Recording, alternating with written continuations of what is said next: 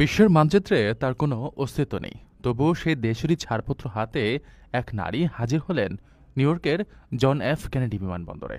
তরঞ্জা নামের এই রহস্যময় দেশটি কোথা থেকে এলো, সম্প্রতি এমনই এক অবিশ্বাস্য ভিডিও ঘিরে ইন্টারনেট বিশ্বে রীতিমতো তোলপাড় শুরু হয়েছে।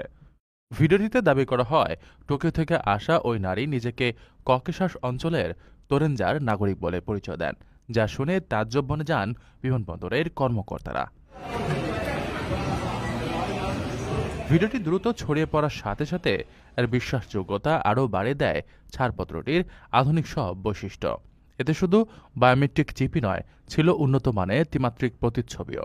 এটি দেখে সামাজিক মাধ্যমে অনেকেই ঘটনাটিকে সত্যি বলে ধরে নেন। তবে এই উত্তেজনার বারদ নামিয়ে দিয়েছে বাস্তবতার অনুসন্ধান।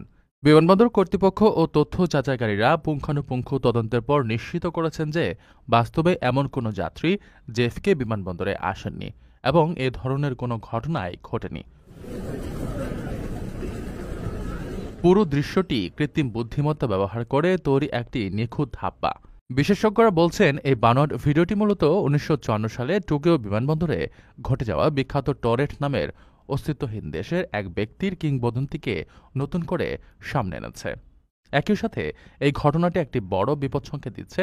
কৃত্রিম বুদ্ধিমত্তা প্রযুক্তি ব্যবহার করে তৈরি করা ভুয়া তথ্য এখন কত দ্রুত এবং সহজে সাধারণ মানুষকে বিভ্রান্ত করতে পারে, যা ভবিষ্যতের জন্য এক বড় হুমকি।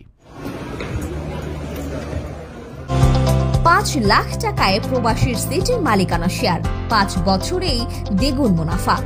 আপনার স্বপ্নকে সম্পদে পরিণত করতে আজই কল করুন স্ক্রিনে দেওয়া নাম্বারে।